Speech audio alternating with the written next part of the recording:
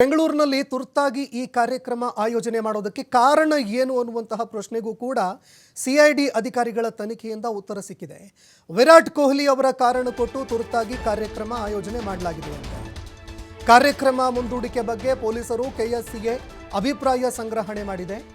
ಅಂದರೆ ಪೊಲೀಸರು ಹಾಗೂ ಕೆಎಸ್ಸಿಎ ಎರಡರ ಅಭಿಪ್ರಾಯಗಳನ್ನು ಸಂಗ್ರಹಣೆ ಮಾಡಲಾಗಿದೆ. ಆದರೆ ವಿರಾಟ್ ಕೊಹ್ಲಿ ಅವರ ಕಾರಣ ಕೇಳಿ ನಿಖಿಲ್ ಸೋಸ್ಲಿ ಅವರು ಒತ್ತಡ ಹೇರಿದಾರಂತೆ.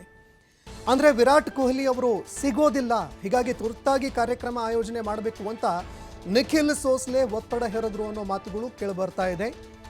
ಕೊಹ್ಲಿ ಯುಕೆಗೆ ಹೋಗಬೇಕು, ವಿರಾಟ್ ಕೊಹ್ಲಿ ಅವರು ಯುಕೆಗೆ ಹೋಗಬೇಕಾಗಿತ್ತು, ಮುಂದೂಡಿಕೆ ಮಾಡಿದ್ದೆ, ಆದರೆ ಅವರು ಬರೋದಿಲ್ಲ ಅಂತ ಒತ್ತಡ ಹೇರಿದ್ದಾರೆ ಅನ್ನೋ ಮಾತುಗಳು ಕೇಳಿಬರ್ತಾ ಇದೆ. ನಿಖಿಲ್ ಸೋಸ್ಲೆ ಒತ್ತಡಕ್ಕೆ ಕಾರ್ಯಕ್ರಮ ಆಯೋಜನೆ ನಡೆದಿತ್ತು. ಅಂದರೆ ಈ ಕಾರ್ಯಕ್ರಮವನ್ನು ತುರ್ತಾಗಿ ಮಾಡೋದಕ್ಕೆ ಕಾರಣನೇ ನಿಖಿಲ್ ಸೋಸ್ಲೆ ಅವರ ಒತ್ತಡ ಅನ್ನುವಂತಹ ಮಾತುಗಳು ಕೇಳಿಬರ್ತಾ ಇದೆ. ಟಿಕೆಟ್ಗೆ ಸಂಬಂಧಪಟ್ಟಂತೆ ಗೊಂದಲ ಇತ್ತು, ಇದು ಎಲ್ರಿಗೂ ಕೂಡ ಗೊತ್ತಿರುವಂತಹ ವಿಚಾರ.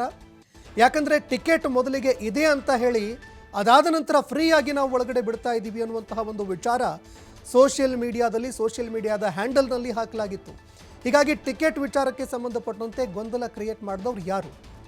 ಟಿಕೆಟ್ ಆ ಒಂದು ಟ್ವೀಟ್ ಏನಿತ್ತು ಟಿಕೆಟ್ ವಿಚಾರಕ್ಕೆ ಸಂಬಂಧಪಟ್ಟಂತೆ ಅದರ ಹಿಂದೆಯೂ ಕೂಡ ನಿಖಿಲ್ ಸೋಸ್ಲೆ ಕಾರಣ ಅನ್ನುವಂತಹ ಮಾತುಗಳು ಕೇಳಿಬರ್ತಾ ಇದೆ.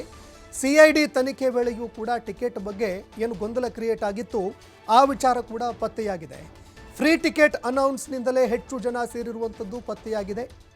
ಯಾವಾಗ ಉಚಿತವಾಗಿ ಒಳಗಡೆ ಬಿಡ್ತಾ ಇದ್ದಾರೆ ಅಂತ ಜನರಿಗೆ ಗೊತ್ತಾಯಿತು, ಈ ವಿಚಾರ ಟ್ವೀಟ್ನಲ್ಲಿ ಗೊತ್ತಾಯಿತು, ಸಾಮಾಜಿಕ ಜಾಲತಾಣದಲ್ಲಿ ಸರ್ಕ್ಯುಲೇಟ್ ಆಯಿತು, ಸಹಜವಾಗಿ ಅಪಾರ ಪ್ರಮಾಣದಲ್ಲಿ ಜನ ಬಂದರು.